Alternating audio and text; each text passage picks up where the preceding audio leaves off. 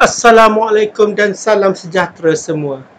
Baik, hari ini kita akan mulakan lagi perbincangan kita berkaitan dengan satu lagi reka bentuk penyelidikan, iaitu penyelidikan kualitatif. Baik, saya Dr. Noraimi bin Haji Harun daripada IPG Kampus Sultan Abdul Halim. Baik, semua kita telah dengar dan faham tentang apa itu pendekatan penyelidikan. Okey, dalam bidang penyelidikan ini, kita biasanya terdedah dengan 3 bentuk penyelidikan, iaitu satu penyelidikan berbentuk kuantitatif, satu lagi penyelidikan berbentuk kualitatif, dan yang akhir-akhir ini yang begitu popular juga ialah penyelidikan berbentuk campuran ataupun mixed method.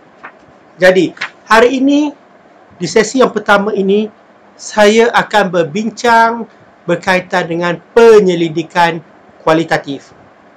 Kita akan cuba memahami apa itu penyelidikan kualitatif dan bagaimana dia berfungsi dalam sesuatu penyelidikan. Saya bersama tim saya dan rakan-rakan yang lain akan cuba menyantuni tuan-tuan dan puan-puan bagi memahami apa itu pendekatan penyelidikan kualitatif. Baik. Secara pengenalannya, secara asasnya ialah penyelidikan kualitatif ini mula berkembang pada tahun awal 90-an. Okay, kalau kita faham, kalau kita ikuti perkembangannya, tahun-tahun sebelumnya, terutama tahun-tahun selepas Perang Dunia Kedua, sehinggalah tahun awal 90-an, awal hujung 80-an dan sebagainya, penyelidikan berbentuk kuantitatif begitu meriah, begitu disukai oleh penyelidik-penyelidik. Okey. Tetapi apabila manusia melihat keperluan untuk memahami aspek-aspek lain dalam kehidupan manusia ini, maka berkembanglah satu penyelidikan berbentuk kualitatif, yang mana penyelidikan ini cuba memahami kehendak dan sesuatu fenomena ataupun sesuatu kejadian itu secara lebih mendalam. Baik. Penyelidikan kualitatif ini lebih banyak meneroka bidang berbentuk sosial. Okey? Ya, dia bermaksud meneroka bidang sosial merujuk kepada bahasa, historical, bidang agama, budaya, etnologi dan sosiologi. Okey, ya, itu dia skop bidang kajian bagi kualitatif. Ya, yang mana kalau kita bandingkan dengan kuantitatif lebih banyak kepada sains dan sebagainya. So, dalam kualitatif ini dia lebih kepada bidang sains sosial. Okay? Jelas? Baik. Aspek lain lagi ialah dalam bidang kualitatif ini ialah dia menekankan kepada bertim. Bertim ini bermaksud menekankan kepada perkataan. Ya, perkataan ayat bahasa berbanding dengan pengiraan data-data sebagaimana yang terdapat dalam bentuk kajian kualitatif. Jadi itu beza yang jelas, ya, yang jelas antara kualitatif dan kuantitatif. Yang mana bertim ini adalah sebagai suatu nadi ataupun bentuk penyampaian makna, okey, kepada pembaca di luar sana apa yang berlaku, apa yang terdapat dalam persekitaran, apa yang terdapat dalam budaya, apa yang terdapat dalam suatu kehidupan sosiologi manusia, ya. Jadi bentuk-bentuk perkataan, ayat dan sebagainya lebih adalah saluran untuk menyampaikan maksud dapatan kajian-kajian kita. Okey, ya. So dalam pengenalan ini kita melihat bahawa kepentingan penyelidikan kualitatif lebih kepada bidang-bidang berkaitan dengan sains sosial. Yang mana kita tahu sains sosial ini begitu rencam, berlapis dan mempunyai banyak makna. Ya, jadi bila mempunyai banyak makna, ianya tidak tercapai secara keseluruhan dalam bentuk kajian-kajian yang melibatkan angka dan nombor, tetapi harus diselusuri dengan kajian-kajian berbentuk makna, tema dan sebagainya bagi memahami fenomena secara tuntas. Okay, ya. Baik. Jadi apa itu kajian kualitatif? Ya. Jadi kajian kualitatif ini adalah suatu kajian berbentuk konstruktivism. Konstruktivis bermaksud paradigma realiti kehidupan sebenar pengalaman individu ataupun kumpulan. Bermaksud kajian ini kajian berbentuk konstruktiviti yang mengambil asas, mengambil gambaran, mengambil latar daripada paradigma sebenar kehidupan. Okey, iaitu meneroka masuk dalam kehidupan. Tidak hanya surface, iaitu mendapatkan nilai angka dan sebagainya, tetapi kita berdasarkan kita konsepkan dia, kita kukuhkan dia dengan pengalaman sebenar individu. Ya, kita meneroka apakah kehidupan individu dalam dunia mereka, kelompok isu yang menjadi fenomena dalam kelompok itu. Okey, jadi kita cuba memahami secara konstruktivism. Okey, baik. Seterusnya, kajian kualitatif ini adalah suatu kajian berbentuk induktif. Okey, kenapa kajian kualitatif ini kita katakan sebagai kajian berbentuk induktif? Ya, salah satu sebabnya ialah isu sosial adalah kompleks dan multitekstual. Okey, bila kompleks dan multitekstual, ianya perlu kita terokai daripada satu penemuan kepada satu penemuan yang lain. Daripada suatu benda yang asal, yang kecil, kita kembangkan kepada isu-isu yang lebih besar. Kita fahami konteks ataupun kaitan-kaitan perkara-perkara tersebut dengan persekitarannya, ya, persekitaran yang memberi makna yang berlapis-lapis dalam kehidupan manusia. Sebab kita tahu, kehidupan manusia tidaklah sebegitu lancar hanya dalam satu fasa ataupun selari saja. Okey? Kehidupan manusia bertingkat-tingkat, berlapis-lapis, okey, berkait-kait, dan ianya begitu kompleks. Okey, bila berkaitan dengan emosi, berkaitan dengan perasaan, kehidupan sosial dan sebagainya, dia tidaklah lurus yang boleh kita fahami, ya, seperti mana kita lihat. Ianya perlu kita fahami layer demi layer, fasa demi fasa. Jadi sebab itulah kita kata pendidikan kualitatif ini pendidikan secara induktif yang meneroka kepada suatu penemuan, dan penemuan tersebut berkembang kepada penemuan-penemuan yang lain. Jadi kalau kita lihat secara induktifnya, bermaksud daripada kecil dia merebak kepada yang besar. Daripada yang besar itu, maka kita dapat melihat gambaran sesuatu fenomena. Kita akan melihat, daripada suatu isu, dia berkait dengan isu lain, dia berkait dengan masalah lain dan sebagainya. Jadi disitulah yang dikatakan sebagai kajian yang berbentuk induktif. Okey. Seterusnya ialah kajian kualitatif ini, okey, suatu kajian yang cuba memahami isu. Okey. Bila cuba memahami isu itu, ya, bermakna kita perlu berada di tempat lapangan lokasi yang berkaitan. Kita kena hadir dalam fenomena tersebut. Kita perlu hadir dalam sosial masyarakat tersebut dan sebagainya. Ya, bila kita duduk di situ, barulah kita dapat melihat secara keseluruhan 360 darjah. Jadi bagaimana kita nak memahami keseluruhan sesuatu isu tu? Jadi kita nak memahaminya melalui beberapa kaedah, iaitu seperti kita perhatikan, kita melihat apa yang berlaku dalam sesuatu fenomena itu, apa yang berlaku dalam sesuatu masyarakat itu. Okey, kita perhati, kita libatkan diri, kemudian kita selain pada itu kita melakukan temu bual, kita berbual, kita bersembang, okey, individu yang berkaitan dalam situasi tersebut, dalam setting ataupun dalam bentuk persekitaran yang semula jadi. Bermakna kalau di situ ada isu, di situlah kita duduk, Di situlah setting bagi isu tersebut dan di situlah kita cuba memahaminya. Sama ada kita nak memahati ataupun kita temu bual.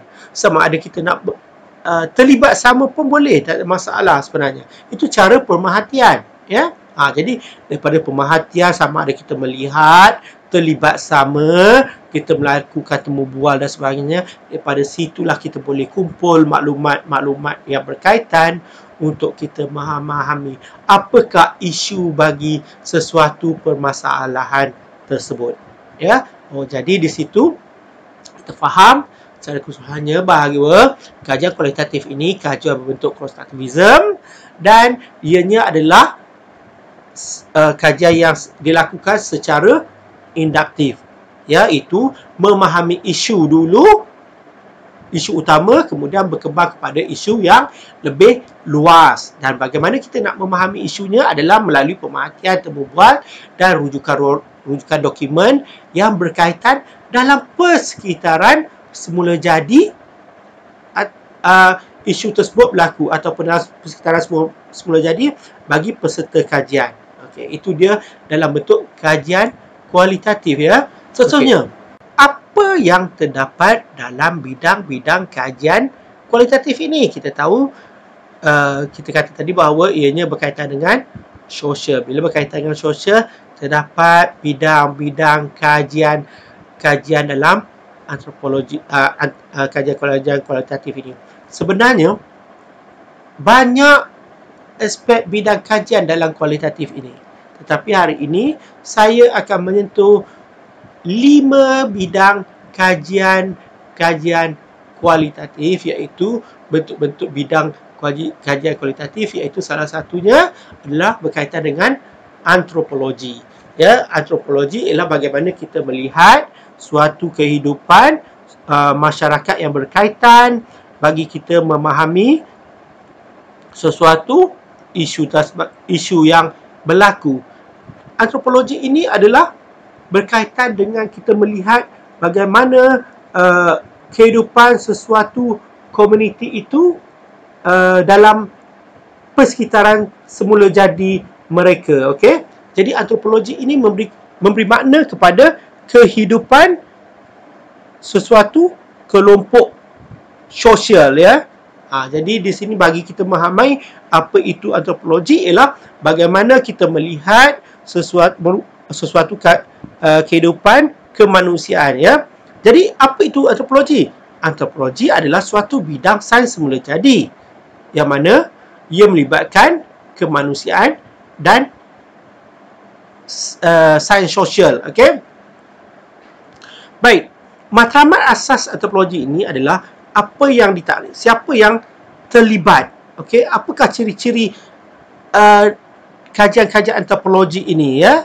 Jadi di situ kita cuba melihat bagaimana kajian-kajian antropologi ini dapat dilaksanakan melalui kajian-kajian berbentuk kualitatif, ya. Jadi seterusnya ialah kajian berkaitan dengan kemasyarakatan. Kajian berkaitan dengan kemasyarakatan inilah adalah suatu bentuk kajian melihat susun atur masyarakat. Jadi bidang kajian kemasyarakatan ini kita tidak boleh ukur melalui data. Ianya harus kita terokai selami secara jelas dalam suatu kehidupan masyarakat itu, di mana kita harus duduk di dalam masyarakat itu sendiri. Ya, seterusnya ialah berkaitan dengan bidang kajian linguistik. Linguistik juga turut menggunakan pendekatan kajian kualitatif, iaitu kajian berbentuk linguistik perbualan bahasa dan sebagainya. Dan seterusnya ialah kajian bentuk sosiologi dan juga falsafah. Jadi berbentuk kajian-kajian ini memerlukan suatu kajian yang meneroka, memahami, terlibat sama dalam persekitaran tersebut bagi kita memahami sesuatu isu. Dan ianya tidak boleh diukur dengan nombor. Ya. Jadi tidak boleh ukur dengan nombor, dan hanya kita, kalau kita nak memahaminya, kita kena terlibat sama. Bila kita terlibat sama, bermakna kita telah meneroka satu bidang dalam bentuk penyelidikan kualitatif. Ya. Okey. Baik, apa definisi-definisi kualitatif yang boleh kita bincangkan di sini ialah, jadi kualitatif ini ialah memahami secara terperinci tentang sesuatu fenomena. Bagaimana Franklin dan Waller mengatakan bahawa kualitatif ini adalah penting untuk kita dapat memahami sesuatu kejadian fenomena yang berlaku dalam persekitaran manusia. Jadi, bila kita nak melihat fenomena tersebut, kita kena dapatkan data. Kita kena dapatkan maklumat. Jadi, untuk memahami itu, kita tak boleh melihat secara di permukaan saja. Jadi, kita perlu memasuki dalam fenomena tersebut. Bila kita memasuki dalam fenomena tersebut, bermakna kita telah melibatkan diri secara langsung dalam situasi dan kita adalah sumber instrumen penyelidikan tersebut. Ya, melalui kita melihat sesuatu itu secara terperinci. Bagaimana kita melihat isu itu secara terperinci? Ialah kita menggunakan data-data dan juga sampel-sampel. Kita mencari maklumat-maklumat tersebut daripada yang kecil sehingga yang besar. Yang kecil kepada yang luas melalui sampel-sampel kajian yang kita cari menggunakan beberapa teknik seperti teknik snowball. Okey, baik. Seterusnya, kalau kita lihat, Choi Yong Piao juga mengatakan bahawa kajian kualitatif ini suatu kajian dapat melihat fenomena daripada berbagai perspektif. Memang betul. Kajian kualitatif ini adalah suatu kajian yang membolehkan sesuatu penyelidik melihat sesuatu fenomena dari pelbagai perspektif. Iaitu, kita melihat perspektif yang telah kita tetap sama ada daripada segi emosi, perilaku, tingkah laku, perkembangan fizikal dan sebagainya. Jadi kita melihat daripada berbagai-bagai konteks. Dan kita juga tahu bahawa perspektif ini bukan hanya kita dapat daripada angka dan nombor, tetapi kita terlibat melalui temu bual, perhatian. Kita berbual dengan orang tu, kita bercerita dengan orang tu bercerita dengan kita, kita dengar, kita buat analisis dan sebagainya. Daripada situ kita faham tentang beberapa perspektif masyarakat. Okey, contoh, katalah masyarakat A kata bahawa sesuatu kejadian itu berpunca daripada angin. Okey, kumpulan B pula mengatakan bahawa sesuatu fenomena itu berpunca daripada kepanasan matahari dan sebagainya. So, kita gabungkan perspektif-perspektif pandangan tersebut. Kita lihat perspektif-perspektif daripada pelbagai sudut untuk melihat apa yang berlaku dalam sesuatu komuniti tersebut. Ya, jadi itu dikatakan sebagai melihat fenomena daripada pelbagai perspektif yang berbeza. Baik. Jadi, Othman Lebar juga mengatakan bahawa kajian kualitatif bukanlah suatu kajian untuk mengukur pemboleh ubah. Okey, tetapi kajian kualitatif ini ialah membuat perbandingan atau memahami makna permasalahan. Ya, sorry tadi saya silap. Okey. Jadi bermakna kajian kualitatif ini kita nak memahami tentang makna permasalahan. Kita tidak mahu mengukur pemboleh ubah. Okey, yang mana pemboleh ubah bebas, pemboleh ubah bersandar dan sebagainya, dan kita buat perbandingan. Tidak, itu tidak berlaku dalam kajian kualitatif. Kajian kualitatif lebih kepada memahami makna permasalahan. Kenapa tersebut boleh berlaku? Bagaimana dia boleh berlaku? Okey, siapa yang terlibat? Bagaimana perasaan orang yang terlibat? Itu yang berlaku dalam kajian kualitatif. Okey, kita tak mahu mengukur pemboleh ubah siapa lebih dominan, siapa dapat nilai yang tinggi dan sebagainya, bagaimana kita nak buat perbandingan korelasi dan sebagainya. Tidak. Okey, kita tidak mahu melihat pemboleh-pemboleh ubah bersandar atau pemboleh-pemboleh ubah bebas. Ya, tidak. Dalam kualitatif kita lebih memahami makna permasalahan dan sebagainya. Ya, jadi jelas di situ bahawa terdapat definisi-definisi lain tentang kajian kualitatif, tetapi secara keseluruhannya definisi kajian kualitatif lebih menekankan tentang memahami makna fenomena. Dan memahami makna fenomena itu kita lihat daripada berbagai tingkap ataupun daripada berbagai perspektif kehidupan manusia. Daripada situ kita akan dapat melihat perbezaan dan kita dapat memahami sesuatu fenomena itu berlaku. Jadi itu dia definisi tentang penyelidikan kualitatif. Okey. Jadi Kajian kualitatif ini memberi makna yang menyeluruh terhadap konteks kehidupan yang sebenar seperti kitaran hidup individu, proses pentadbiran dan organisasi, perubahan persekitaran, hubungan antarabangsa dan kematangan industri. Ya. Ini adalah tujuan kajian kualitatif ini, ya, iaitu memberi makna bagi keseluruhan kehidupan manusia, ya, yang dirangka untuk mendapatkan pengertian, pemahaman, penemuan, uraian fenomena, kebiasaan, kepentingan, ya. Jadi dilakukan kajian kualitatif ini ulah untuk kita faham, kita erti dengan huraian, dengan penemuan-penemuan baru yang terdapat dalam fenomena, terdapat dalam suatu masyarakat, ya. Jadi, bagaimana kita nak memahaminya?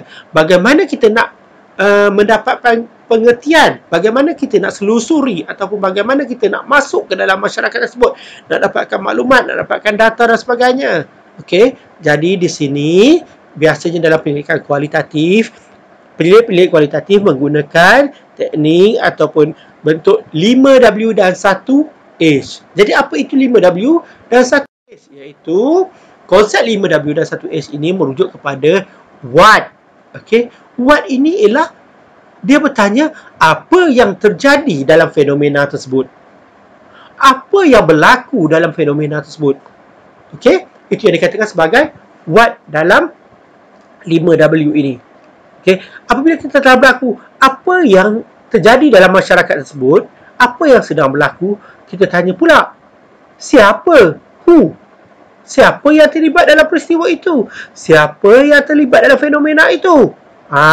Jadi itu kita tanya siapa pula. Mula-mula kita tanya apa yang berlaku. Okey, contohkanlah kebakaran lah. Ya, kita datang tiba-tiba kita lihat ada apa yang berlaku, asap dan sebagainya. Kita pun tanya apa yang terjadi, apa yang berlaku. Itu bila kita tanya itu bermaksud kita tanya what lah, apa yang berlaku. Kemudian bila orang jawab ada kebakaran dan sebagainya, kita pula tak duduk diam lagi. Ya? Takkan kita nak duduk diam, okey, tak. Jadi kita tanya pula, siapa? Who? Siapa yang terlibat dalam kebakaran itu? Jadi dapatlah maklumat, simpulan-simpulan ni yang terlibat dalam peristiwa ataupun kebakaran itu. Seterusnya kita lanjutkan lagi. Why? Okey. Kenapa boleh berlaku? Mengapa hal ini ataupun kebakaran ini boleh terjadi? Kita tanya why. Jadi bila kita tanya itu, kita tahu kebakaran ini berpunca daripada apa-apa-apa. Pergaduhan ke, gas bocor ke dan sebagainya, kejadian khianat ke dan sebagainya.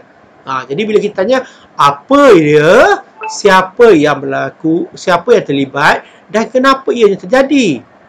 Dan kita pun tak duduk diam sampai di situ saja. Kita kembangkan lagi dengan konsep 5W, kita tanya when. When ini ialah merujuk kepada bila peristiwa itu terjadi. Bila kebakaran, contoh bila kebakaran ini mula terjadi. Jadi kita dapat maklumat, kebakaran ini terjadi 10 minit yang lalu, setengah jam yang lalu dan sebagainya. Okey. Seterusnya kita kembangkan lagi. Okey. Di mana? Where? Di mana kejadian mula-mula berlaku? Okey, kalau dalam kebakaran tersebut kita tanya, ke mana? Di mana tempat yang mula-mula berlaku? Di dapur ke, di ruang tamu ke, di luar ke dan sebagainya. Okey, itu contoh dalam kebakaran lah. Kalau dalam fenomena, dia mungkin tanya lokasi, tempat negeri, ataupun institusi dan sebagainya. So dia tanya di mana. Okey. Bila telah selesai 5W ini, kita tambahkan lagi dengan 1H, bermaksud bagaimana peristiwa ini terjadi. Bermakna how. Bagaimana peristiwa itu terjadi. Jadi bila kita tanya semua ini, barulah kita dapat maklumat yang lengkap. Okey, orang akan ceritakan ataupun sumber sumber maklumat kita akan cerita, perkara ini berlaku begini. Okey, ya. Jadi secara keseluruhannya kalau kita gunakan konsep 5W1H ni, dianya menjawab bagi persoalan-persoalan yang kita ingin tahu sebagai seorang pendidik. Jadi di situ kita boleh melihat apakah isu-isu yang berlaku dalam fenomena tersebut. Apakah punca sebenarnya? Kita menggali ke dalam dan demi dalam lagi, dan akhirnya kita tahu siapa yang terlibat, bagaimana boleh berlaku. Okey. di mana tempatnya berlaku, apa terjadi dan sebagainya. Jadi konsep 5W1H ini amat penting kalau kita melihat dalam konteks penyelidikan kualitatif, ya. Okey, jelas.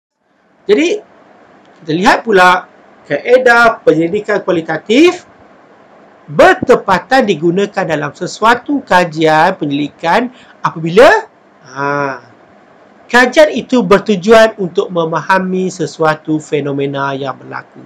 Jadi kalau orang tanya, kenapa kita nak gunakan penyelidikan berbentuk kualitatif ini? Jadi kita jawab, salah satu tujuan dia adalah untuk memahami sesuatu fenomena yang berlaku. Saya tekankan tentang memahami. Memahami, kita nak faham. Kita tak mau nilai, kita tak mau angka, kita nak faham kenapa perkara tersebut boleh berlaku. Okey? Bila kita telah memahami, kita mencari makna pula. Kita mencari makna bagi kejadian tersebut. Ya, mencari makna, okey, kejadian tersebut kenapa boleh berlaku dan sebagainya, dan siapa yang terlibat. Okey? Kita mencari makna, secara tak langsung kita mengiktiraf bagaimana orang ramai melihat kehidupan mereka. Di sini bermaksud setiap kajian penyelidikan kualitatif ada sampel kajian ataupun responden-responden yang terlibat. Jadi kita nak mendapatkan pandangan responden-responden ataupun peserta kajian yang terlibat dalam isu itu, dalam kajian kita, melihat kehidupan mereka dalam kedudukan fenomena tersebut. Okey, contoh kalau kita hari ini ialah kita nak melihat, nak memahami bagaimana orang yang berada dalam kelompok COVID ini melihat kehidupan mereka. Okey?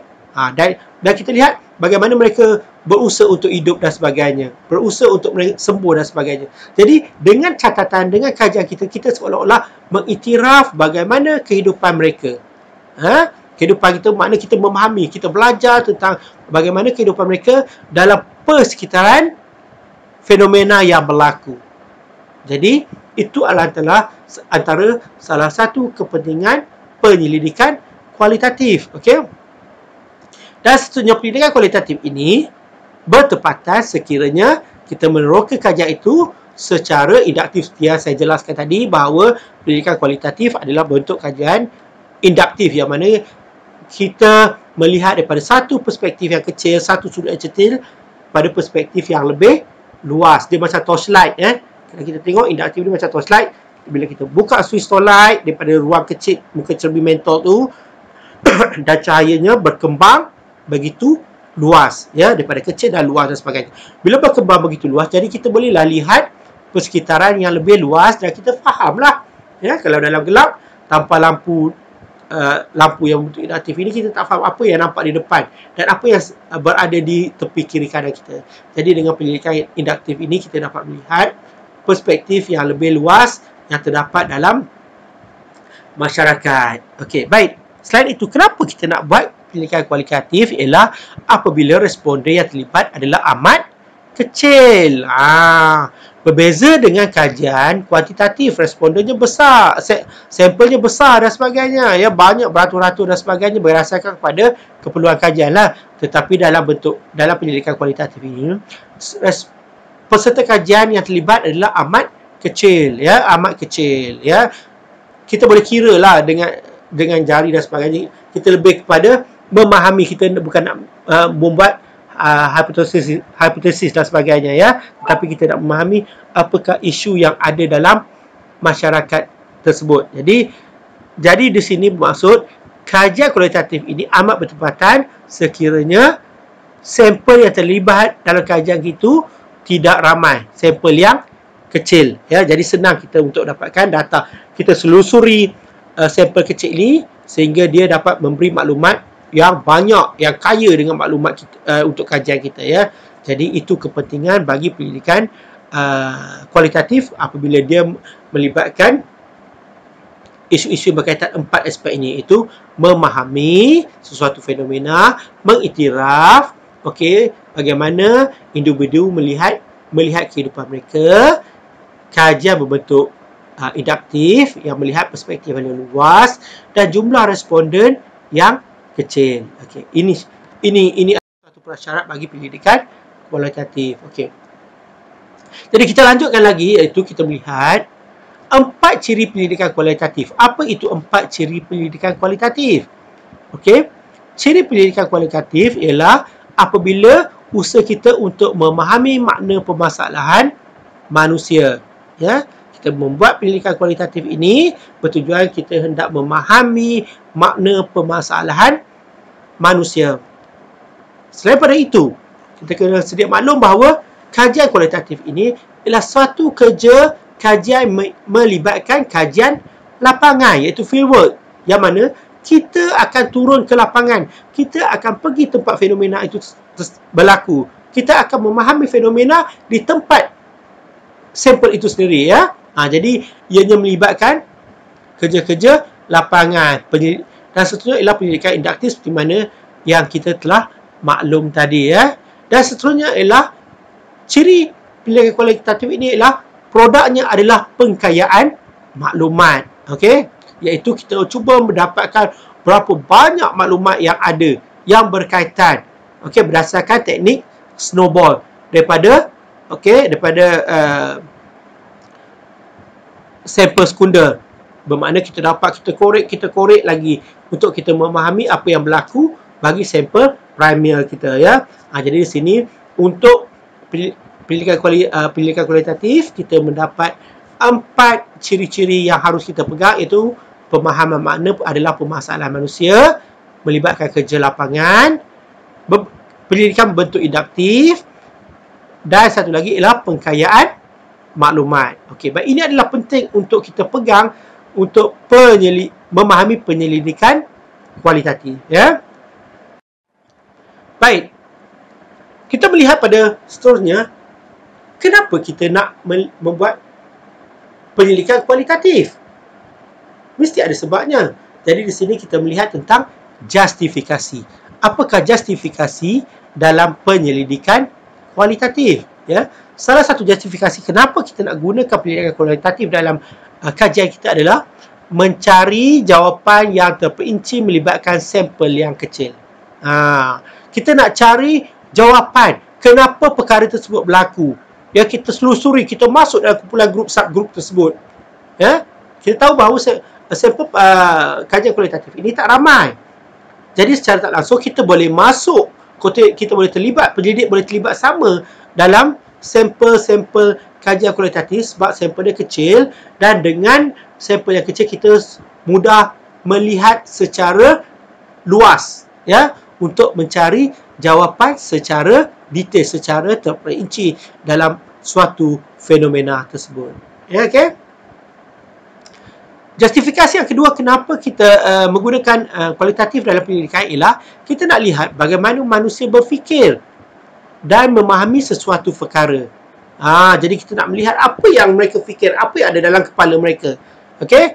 Dan bagaimana manusia-manusia individu yang terlibat dalam fenomena tersebut memahami fenomena tersebut daripada aspek apa, daripada sudut mana dan sebagainya.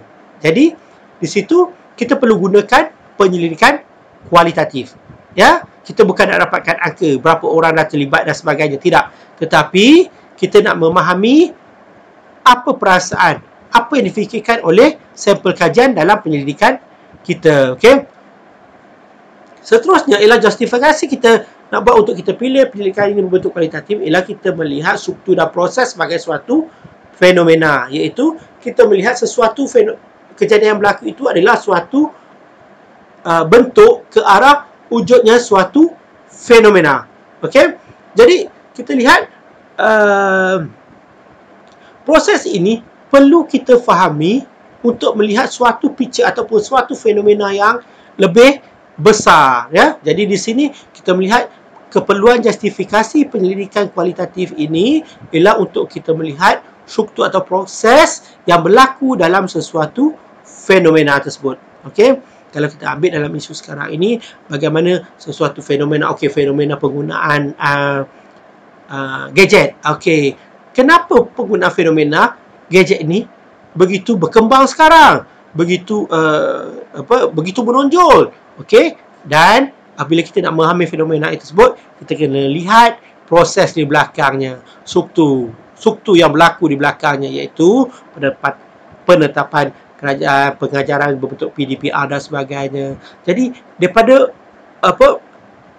elemen-elemen tersebut, elemen virusnya, PKP-nya, PDPR-nya, jadi kita melihat, sebab itulah suatu fenomena, iaitu fenomena pembelajaran gadget, penggunaan gadget begitu berkembang, sebab ada struktur-struktur dan proses yang membawa kepada fenomena tersebut. Jadi perkara-perkara inilah yang kita nak faham, dan perkara-perkara ini hanya boleh kita lihat atau boleh kita fahami melalui penyelidikan dalam bentuk kualitatif. Okey, jelas ya itu. Jadi kita lihat bahawa kualitatif ini punya justifikasi yang kuat untuk dilaksanakan oleh pendidik-pendidik apabila dia nak memahami sesuatu isu, bukan membuat hipotesis dan sebagainya. Okey, jadi seterusnya ialah justifikasi ialah meneroka sesuatu konteks, bukannya mengesahkan sesuatu tindakan. Jadi dalam justifikasi penyelidikan kualitatif ini, kita nak meneroka sesuatu isu, sesuatu fenomena, kita nak masuk dalamnya. Okey, bukannya kita lihat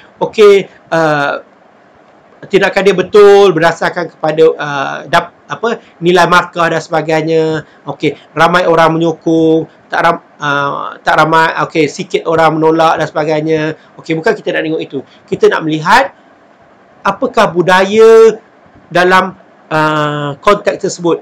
Okey, kita nak memahami, bukan kita nak buat pengesahan. Kita nak lihat berapa contoh kalau kita kata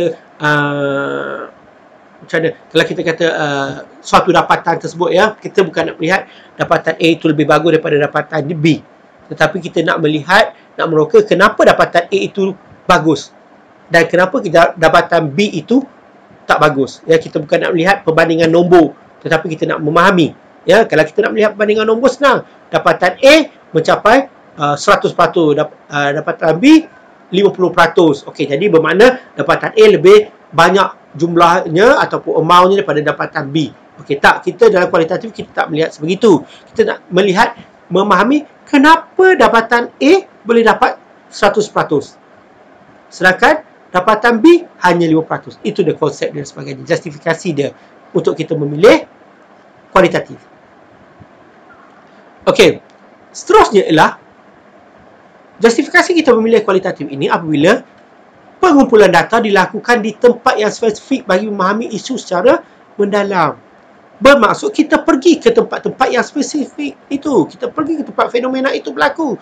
Kita pergi ke tempat kejadian itu berlaku. Bertujuan apa? Bertujuan untuk kita memahami. Okey? Kita bukan nak melihat data, tetapi kita nak memahami. Jadi ini beza dia, beza dia. Kita melihat pengumpulan data dilakukan di tempat individu itu sendiri. Kita nak lihat individu itu interaksi dengan persekitaran dia secara semula jadi. Kita tak boleh melalui angka-angka dan nombor ataupun kita edarkan senang semak dan sebagainya. Tak boleh. Itu tak dapat, kita tak dapat memahaminya. Kita dapat mengumpul data yang berkaitan. Jadi, mau tak mau, seorang pendidik kualitatif harus kembali ataupun pergi ke lapangan. Okey? Duduk di lapangan. Untuk memahami kejadian-kejadian itu secara spesifik.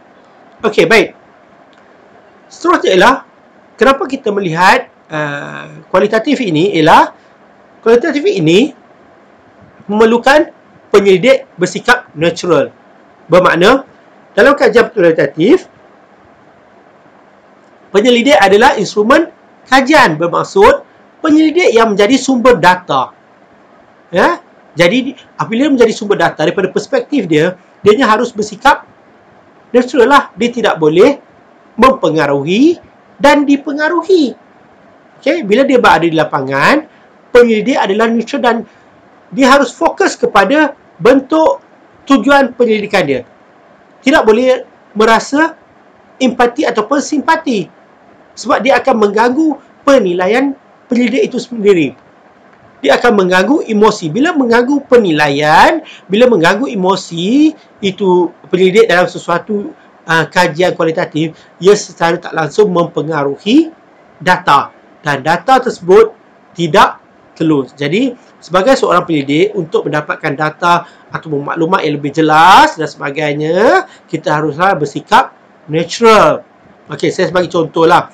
Contoh katalah kalau kita buat kajian berkaitan dengan dua kelompok yang bermasalah, ya, dua kelompok yang konflik lah. Jadi kita sebagai penyelidik, kita tak boleh kata kita sokong kelompok A, okey, dan kita tak suka kelompok B. Jadi bila kita berlaku begitu, bermakna kita sudah ada tujuan untuk tidak berlaku adil kepada kelompok B. Ataupun kita mudah dipengaruhi, yang mana kelompok A telah pengaruhi kita, bagi hadiah, bagi buah dan sebagainya. Jadi kita pun rasa seronok, dan bila kita rasa seronok, kita punya justifikasi itu lebih condong kepada kumpulan A. Jadi kumpulan B tu akan menjadi mangsa kepada ketidakadilan kita. Bermakna kita sudah tidak natural dari lagi dalam penyelidik kita. Ya, sekali lagi ingat bahawa penyelidikan kualitatif, penyelidik itu adalah instrumen kajian. Jadi ianya harus lebih telus. Ya, baik. Seterusnya ialah persempelan kualitatif. Okey, sampel kualitatif kita panggil sebagai informan ataupun partisipan. Ya, mudah sangat. Jadi informan ini bermaksud orang yang memberi maklumat. Okey, orang yang memberi maklumat, dan partisipan ialah individu yang terlibat sebagai peserta kajian kita. Kita yang terlibat, kita yang mengkaji dia beri maklumat kepada kita. Dia terlibat dalam kelompok kajian studi kita dan sebagainya. Itu dia berkaitan dengan sampel kualitatif, iaitu informan dan partisipan, ataupun partisipan lah, makna peserta kajian. Okey, seterusnya ialah terdapat dua bentuk sampel dalam kajian kualitatif, iaitu sampel primer dan sekunder. Okey, sampel primer ini merujuk pada sampel kajian utama, bermaksud responden utamalah yang kita nak buat kajian tersebut. Kalau kita nak buat kajian tentang tentang gejala isap rokok di sekolah, jadi kita akan mengambil sampel pelajar sekolah itu secara individu. Kita lihat, kita kaji dan sebagainya. Dialah sumber sasaran kita untuk mendapatkan maklumat. Ya, jadi itu dikatakan sebagai sampel primer. Okey, yang penting sekali untuk kita dapatkan data penting berkaitan dengan isu kajian. Melalui sampel tersebutlah kita memahami isu kajian. Ya. Okey. So, satu lagi ialah sampel sekunder. Sampel sekunder ini maksud sampel yang menyokong data bagi sampel primer. Makna dia dengannya adanya sampel sekunder ini, sampel ini memberi data tambahan yang dapat memperkuatkan data yang kita perolehi daripada sampel primer. Okey, bagaimana kita dapat sampel sekunder ini? Sampel sekunder ini biasanya kita dapatkan daripada berbagai teknik, seperti teknik snowball, iaitu daripada A dia akan berkembang kepada B, berkembang kepada C kepada D, begitulah sebagainya. Jadi kalau saya ambil contoh di sini, kalau tadi kita buat kajian tentang seorang pelajar yang mengalami masalah disiplin, so sampel sekundernya ialah yang memberi maklumat tambahan seperti guru, rakan-rakan, ibu bapa, siapa lagi, siapa yang berkaitan di sekeliling mereka lah. So data-data daripada mereka-mereka inilah dikatakan sebagai sumber sampel sekunder. Jadi kita ada dua bentuk sampel, iaitu primer dan sekunder, yang mana primer adalah sampel sebagai sampel kajian utama, dan sampel sekunder adalah sampel yang memberi maklumat berkaitan dengan data, berkaitan dengan sampel utama primer melalui maklumat-maklumat data. Dan sampel sekunder biasanya kita perolehi daripada beberapa teknik seperti teknik snowball. Okay, jelas ya? Okay. Baik, kita lihat pula jenis-jenis sampel ya dalam penyelidikan kualitatif. Terdapat beberapa jenis sampel, salah satunya sampel jenis convenience, iaitu bermaksud dipilih secara cukupan asalkan memenuhi keperluan kajian. Okey, contohnya ya, convenience ni maknanya kita ambil saja contoh sekumpulan pelajar dalam kelas 3A. Okey, ada berapa? 20 orang. Okey, kita ambil sampel tersebut. Kita tak pecahkan sampel tersebut. Kita ambil secara keseluruhan untuk melihat suatu keseluruhan ataupun sampel yang kita lihat dalam satu kelompok kecil masyarakat. Jadi kita ambil sampel yang sedia ada atau untuk mencukupkan bagi keperluan kajian kita. Itu sampel yang convenience. Satu lagi ialah sampel purposive. Maknanya dia sampel tujuan. Kita pilih sampel ini sebab kita tahu kita perlukan suatu kategori khusus untuk mendapatkan aspek yang terkandung dalam sampel tersebut ya. Sampel bertujuan ini, proposal sampel ini adalah dibina, dikumpulkan atas sesuatu faktor khusus berdasarkan beberapa kepentingan seperti kriteria, sifat kelompok yang dikehendaki berdasarkan keperluan kajian ya. Jadi biasanya sampel bertujuan ini kita telah kenal pasti awal-awal melalui beberapa ciri seperti ukuran data yang membantu pengesahan dokumen dan sebagainya yang mempunyai sifat-sifat khusus yang unik. Okey, untuk kita jadikan sebagai sampel bertujuan. Jadi sampel ini bukan kita pilih secara rawak lah. Kita pilih dia secara khusus. Contoh katalah kita kata kita nak pilih sampel seorang pelajar laki-laki yang mempunyai 8A yang 9A ke yang tinggal di kawasan Setinggan. Contoh begitu. Dan pendapatan income ibu bapa B40. Contoh.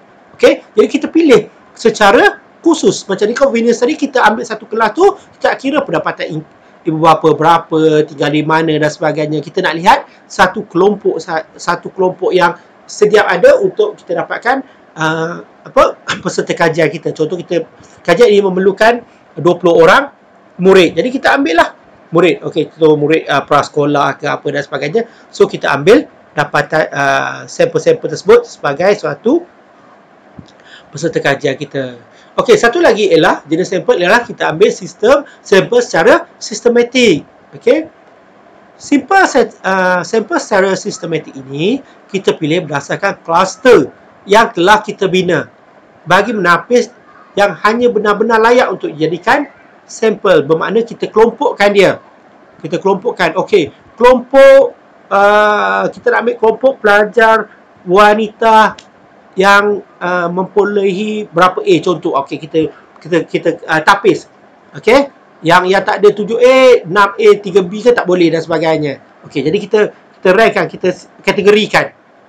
Jadi ini bentuk-bentuk sampel. Jadi kalau kita nak buat kajian-kajian kualitatif, kita kena melihat apakah bentuk kehendak kajian kita.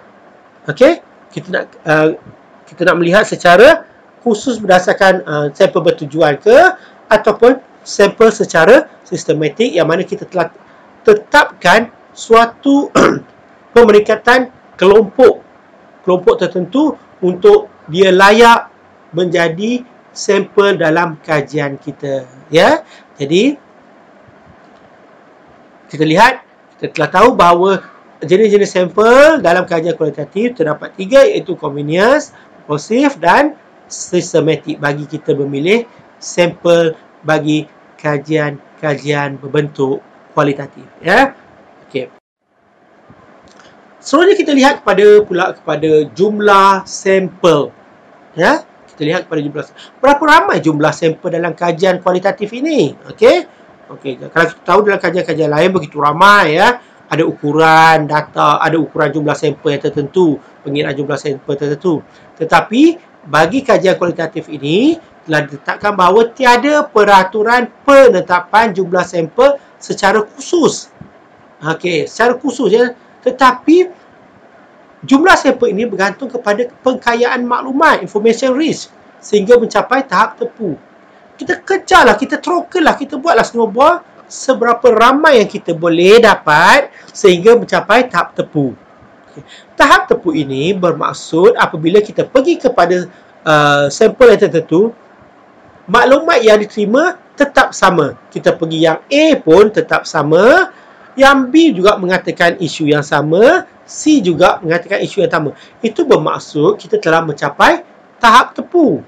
Okey ya. Okey, bila kita tahu telah mencapai tahap tepu, bermakna kita telah tahu tidak adanya maklumat-maklumat baru dan data tersebut telah sampai ke penghujung, tidak ada data baru. Jadi tak perlu lagi nak disambung ataupun nak cari sampel-sampel lain untuk mendapatkan data itu. Dia telah tepu. Kita pergi kat mana-mana pun itulah yang dikatakan oleh responden-responden kita. Okey ya.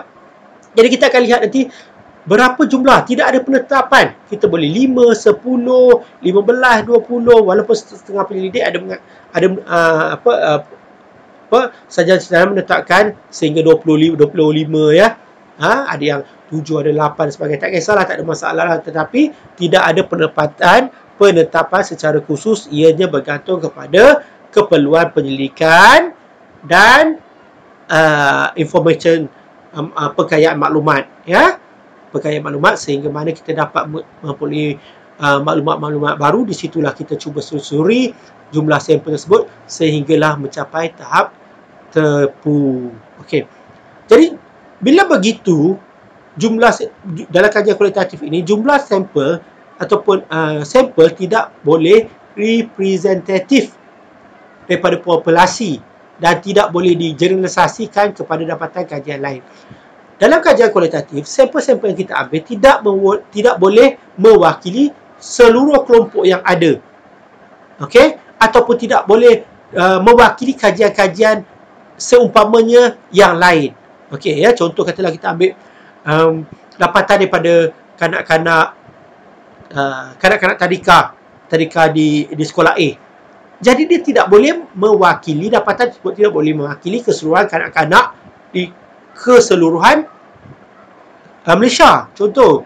Dan juga dapatan itu juga tak boleh disamakan atau digeneralisasikan dengan dapatan daripada pengkaji-pengkaji yang lain. Sebab apa?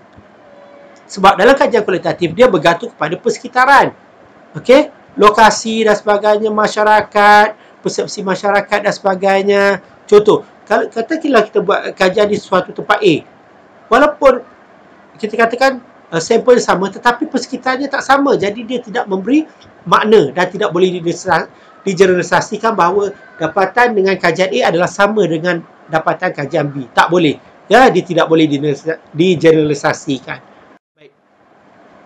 Okey, ini saya bagi beberapa contoh. Ini contoh saja ya, rules of thumb untuk kajian berapa sampel dia ya. Okey, kalau kajian biografi, kajian kes, kita hanya pilih satu kes ataupun satu individu saja untuk mewakili. Kalau fenomenologi, mungkin kita ambil 10 orang. Jika mencapai suatu tahap ketepuan, sekiranya sebelum capai 10, kita perlu berhenti dan gunakan beberapa orang saja. Okey, kalau teori grounded theory pula ataupun etnografi dan sebagainya, mungkin kita boleh ambil 20 hingga 30 orang. Kebiasaannya mencukupi untuk sampai ke tahap tepu. Okey, ini contoh saja ya, ini contoh saja. Bergantung kepada keperluan kajian kita. Okey. Kita akan pergi kepada reka bentuk penyelidikan kualitatif yang mana saya cakap awal-awal tadi bahawa reka bentuk penyelidikan kualitatif ni sebenarnya ada banyak ya. Ada 25 jenis reka bentuk penyelidikan kualitatif ya. Tapi di sini saya nak bercerita tentang beberapa sahaja penyelidikan kualitatif, iaitu kita nak bercerita tentang penyelidikan bentuk antropologi dan falsafah normatif, etnografi, kajian tindakan, fenomenologi, kajian persejarahan, grounded theory dan kajian kes. Okey, kita akan menyentuh tentang bentuk-bentuk penyelidikan kualitatif yang ini dulu ya. Kita akan lihat apa itu kajian antropologi, etnografi, kajian tindakan, kajian fenomenologi, kajian sejarahan, grounded theory dan kajian kes. Okey. Apa yang dikatakan sebagai kajian-kajian bentuk antropologi? Okey. Antropologi ataupun dan falsafah normatif ini bermaksud kajian yang digunakan dalam bidang antropologi sosial dan falsafah normatif tentang kehidupan manusia, tentang norma-norma dalam sesuatu kehidupan manusia. Itu kita katakan kajian tentang antropologi. Bertujuan untuk memerhati gelagat, tabiat, amalan, pergaulan, bahasa badan, gesture, reaksi dan tindakan manusia dalam perkumpulan ataupun masyarakat. Jadi antropologi ni untuk kita memahami tindakan manusia dalam suatu kelompok masyarakat, ya. Okey. Seterusnya kita lihat pada kajian etnografi, okey. Kajian etnografi ialah kajian mengumpul data naratif untuk menjawab sesuatu persoalan dalam situasi alamiah, iaitu menyingkap situasi sebenar seseorang individu, masyarakat atau etnik mengenai pengalaman seharian mereka, mencakupi berbagai aspek bahasa, budaya, sosial, agama, moral, etika, persepsi dan sebagainya. Okey, penyelidik melibat diri secara sepenuh masa kerana kuncinya hubungan sosial antara penyelidik dan partisipan. Okey, baik. Bermaksud kajian etnografi ini ialah kita nak mengkaji tentang kehidupan sesuatu masyarakat, ya, kehidupan sesuatu budaya masyarakat, kepercayaan masyarakat, ya, dalam satu kelompok yang kecil dan sebagainya, ya. Kalau antropologi itu dia sesuatu yang besar, so etnologi ini kita mengkaji suatu bentuk kehidupan situasi sebenar dalam suatu kumpulan etnik, iaitu berkaitan dengan kehidupan seharian dia. Tidak ada yang isu yang kes istimewa, tidak ada. Ya, kita hanya nak memahami kenapa sesuatu masyarakat ini berhidup begini, bertindak begini dan sebagainya. So itu kajian etnografi. Okey. So ialah kajian tindakan. Okey, kita tahu kalau kajian tindakan ini biasa dilakukan di sekolah untuk menambah baik atau menambah baik suatu program atau cara kerja dan sebagainya, suatu bentuk ni. Okey, kajian tindakan merujuk kepada penyelidikan ke atas amalan oleh pengamal, baik secara individu maupun bersama pengamal lain, untuk mengubah dan menambah baik amalan tersebut, amalan pendidikan yang sedia ada. Penyelidikan ini dijalankan oleh guru untuk memperbaiki amalan dalam pengajaran dan pembelajaran berdasarkan 4 langkah, iaitu merancang, bertindak, memerhati, mereflek, yang dilakukan secara berurutan dalam bentuk gelungan. Jadi kajian tindakan ini adalah suatu kajian yang biasa dilakukan oleh guru-guru di sekolah, ya. Ianya untuk memperbaiki amalan. Okay, tak kira lah amalan apa, untuk memperbaiki amalan dalam kaedah pembelajaran, sama ada guru dengan murid dan sebagainya. Ya, kita dah ada amalan yang sedia ada, kita buat kajian tentang suatu amalan baru untuk memantapkan lagi, menambah baik dan sebagainya. Okey, kunci bagi kajian tindakan ialah gelungan. Dia ada sistem gelungan berdasarkan beberapa teori. Okey, langkah gelungan tersebut ialah kita akan melihat kepada merancang, bertindak, memerhati dan merefleks. Okey, sekiranya dapat berjaya, dia habis di situlah. Kalau tak berjaya, dia akan pergi kepada gelungan yang kedua. Masih lagi memegang kepada 4 langkah asas ini, iaitu merancang, bertindak, memerhati dan mereflek. Okey, itu dalam bentuk kajian tindakan. Okey. Seterusnya ialah kajian fenomenologi. Okey, kajian fenomenologi ini bermaksud kajian fenomena, cuba memetakan pelbagai pengalaman, tanggapan konsensual dan kefahaman manusia terhadap peristiwa dan fenomena yang berlaku di sekeliling mereka.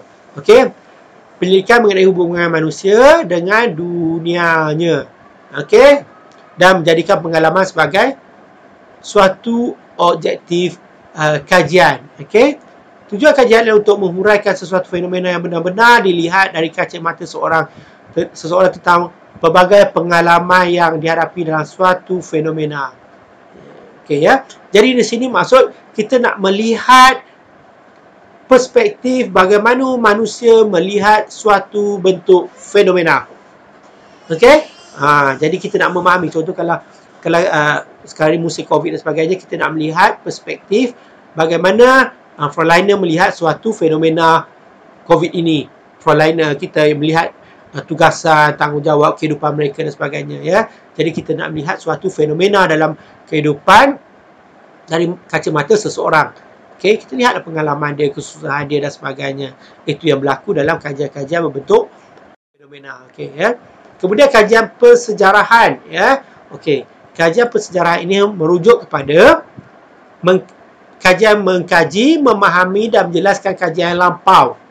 Okey, biasanya bertujuan untuk mendapatkan jawapan terhadap suatu fenomena yang pernah berlaku suatu masa dahulu, sebab atau puncanya, atau kecenderungan untuk sesuatu peristiwa yang boleh bawa kesan terhadap kajian masa kini. Jadi, kajian persejarahan, nama lagi sejarah, kita cuba mengkaji sejarah, melihat sejarah balik. Dan di sini kadang-kadang terdapatnya unsur yang dikatakan sebagai untuk merubah, melakar balik sejarah berdasarkan penemuan-penemuan baru, artifak-artifak baru dan sebagainya, ataupun melihat kesan daripada sejarah yang lalu dan sebagainya. Okey, itu kajian-kajian persejarahan. Biasa kajian-kajian persejarahan ini lebih berdasarkan kepada dokumen-dokumen lama, bahan-bahan lama, dan disesuaikan dengan persekitaran semasa. Okey, itu bentuk kajian persejarahan.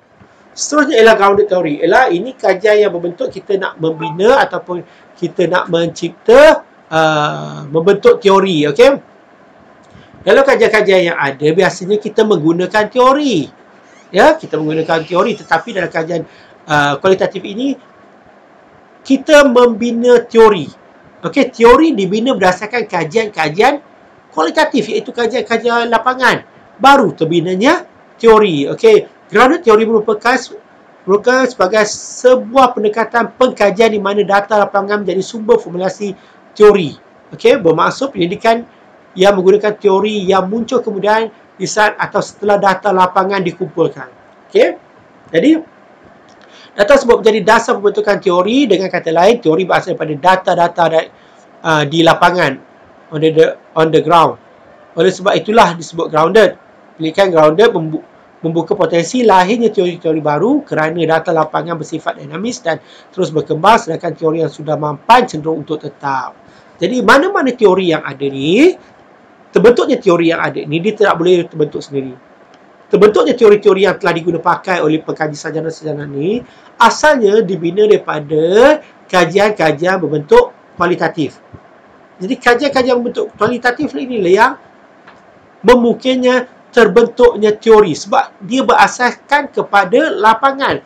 Daripada lapangan itu tersebut, pemerhatian lapangan, penglibatan daripada lapangan, maka kita pendidik-pendidik boleh membina teori yang baru yang boleh dipakaikan, sebab teori ini sentiasa berkembang. Tetapi grounded teori ini ataupun pengkajian-pengkajian teori ini sentiasa berkembang. Kalau kita hasilkan suatu teori hari ini, pendidik-pendidik lain boleh hasilkan teori yang sama dan lebih berkembang. Jadi dia dinamik dan sebagainya. Tapi teori yang sudah ada, sudah mampan dan sebagainya, dia tetap di situ. Bermakna teori itu diguna pakai seterusnya. Jadi daripada berdasar kajian kualitatif ini, kita akan cuba, atau pendidik-pendidik yang baru cuba mencari atau menghasilkan, mencipta teori-teori baru berdasarkan kepada dapatan-dapatan kajian lapangan. Seterusnya ialah kajian kes. Okey, kajian kes ialah melibatkan suatu kes atau sesebuah tempat yang tertentu yang khusus, suatu pencerpaian khusus terhadap fenomena yang khusus bagi individu atau kumpulan yang tertentu. Bertujuan untuk meneroka, membuat penemuan dan interpretasi, dan bukannya untuk menguji hipotesis. Okey,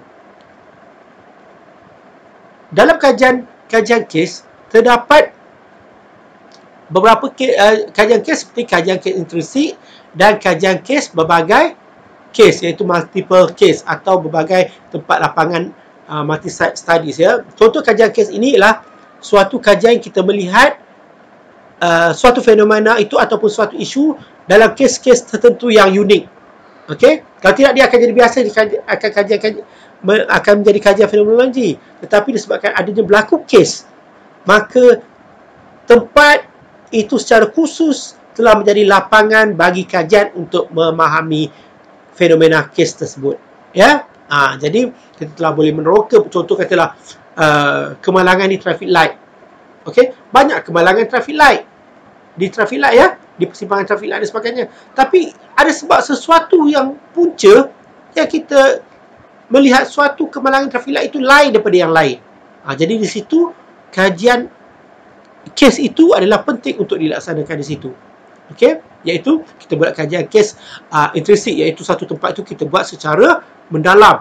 kita buat secara dalam kenapa berlaku, bagaimana berlaku, di mana berlaku dan sebagainya. Ataupun kita lihat daripada berbagai kes kemalangan, contoh ya, kemalangan di Perak, kemalangan Terengganu, kemalangan ini. Daripada situ kita cuba susun, kita cuba lihat apakah dapatan yang seragam, yang sama untuk kita memahami kes-kes tersebut. Mungkin ada connection dan sebagainya. Okey, ini dikatakan sebagai kes ya, yang kita kata, kita lihat kajian berbagai kes melibatkan kes yang hampir sama, mempunyai yang hampir sama dan hubungan dengan fenomena ya, seperti yang saya kata tadi, kemalangan traffic light, banyak kemalangan traffic light, contoh di Kedah, di Melaka, di Johor dan sebagainya. Jadi kita lihat apakah perkaitan dia, apakah persamaan dia dan sebagainya ya. So itulah kenapa kita nak melihat sesuatu kajian itu yang membolehkan kajian itu berlakunya kajian kes. Mesti ada sesuatu kes yang unik, baru boleh jadi kajian kes ya. Kalau tidak, dia kehidupan yang biasa saja, dia bukan kajian kes. Okey ya. Baik, kita ada sedikit masa lagi, kita cuba melihat apa itu kajian kes, definisi kajian kes ya. Sebab kajian kes ni banyak dilakukan, biasanya penyidik-penyidik lebih suka melakukan kajian kualitatif ini berbentuk kajian kes, iaitu kajian empirikal terhadap sesuatu fenomena dalam konteks kehidupan yang sebenar. Okey, makna dia kajian empirikal ataupun kajian lapangan, okey, dalam satu fenomena ya, dalam satu kehidupan yang sebenar. Okey, kajian spesifik, unik dan dalam bounded system. Okey, iaitu dalam persekitaran yang khusus. Bounded system ini ialah penyidik memisahkan batasan kes isu dalam konteks masa, tempat dan batasan fizikal. Maksud dia bounded ni, maksud penyidik hanya kaji yang itu saja, hanya kaji aspek itu saja, dia tidak terpengaruh, tidak melihat kepada isu-isu yang lain contohnya ya. Jadi dia memisahkan batasan isu konflik itu dengan isu-isu lain. Jadi dia fokus kepada sesuatu kes itu saja ya, dia tidak ambil banyak-banyak perkara yang berkaitan dan sebagainya. Jadi itu dikatakan sebagai spesifik dalam satu bounded system, iaitu yang terpisah daripada persekitaran yang lain. Dia ambil persekitaran yang dia nak kaji ya. Pencerapan mendalam terhadap sesuatu fenomena dalam interaksi kompleks bagi membuat penemuan dan interpretasi tanpa memanipulasi sampel kajian. Okey, iaitu kita melihat suatu fenomena tersebut tanpa kita memanipulasi sampel. Memanipulasi sampel ini bermaksud kita manipulate sampel. Kita tak buat begitu. Dalam kajian kes, kita langsung tak memanipulasi kes. Itu etika kita. Kita hanya mendapat pandangan, maklumat, data daripada apa yang sebenarnya yang ingin disampaikan oleh sampel. Kita tidak manipulate, kita cuma interpretasikan tata untuk membuat penemuan dan memahami makna. Okey? 5 dimensi kajian kes, kita lihat kepada fokus ya. Fokus dia membina analisis yang mendalam terhadap berbagai kes. Okey, kita lihat kepada asal usul disiplin, iaitu sains politik, sosiologi, penilaian, kajian pembenaran dan lain-lain bidang sosial, pengumpulan data, pelbagai sumber dokumen, rekod, arsip, temu bual, pemerhatian dan artifak. Okey, kemudian seterusnya ialah kita buat analisis data, deskripsi tema-tema dan memberi kenyataan. Bentuk naratif, kajian mendalam tentang kes tunggal dan berbagai kes kita huraikan dalam bentuk naratif lah. Itu 5 dimensi kajian kes yang kita lihat. So daripada sini kita melihat bahawa kajian kes ini dapat menarik pembaca untuk memahami sesuatu isu yang baru, dapat memberi makna bagi sesuatu fenomena yang berlaku. Biasanya penyidik lebih suka menggunakan kajian kes sebab kajiannya lebih berfokus. Ya, lebih fokus dan kita dapat menyelesaikan atau kita dapat memahami isu lebih mendalam dan sebagainya. Dan kita tahu kenapa fenomena itu berlaku. Jadi dalam konteks ini, dalam konteks pengenalan kajian kualitatif ini, kita telah melihat aspek-aspek yang berkaitan dengan kajian kualitatif. Jadi kita lihat penghujungnya ialah, kalau kita simpulkan bahawa kajian kualitatif ini suatu kajian yang ingin melihat daripada pandangan perspektif peserta kajian itu yang terlibat dalam sesuatu fenomena. Okey ya, jadi di akhir kata saya ucapkan terima kasih kerana tuan-tuan dan puan-puan sudi mengikuti perkongsian saya pada hari ini, dan saya minta maaf yang mana terkurang ataupun yang terlebih. Sekian, sehingga kita jumpa lagi. Assalamualaikum.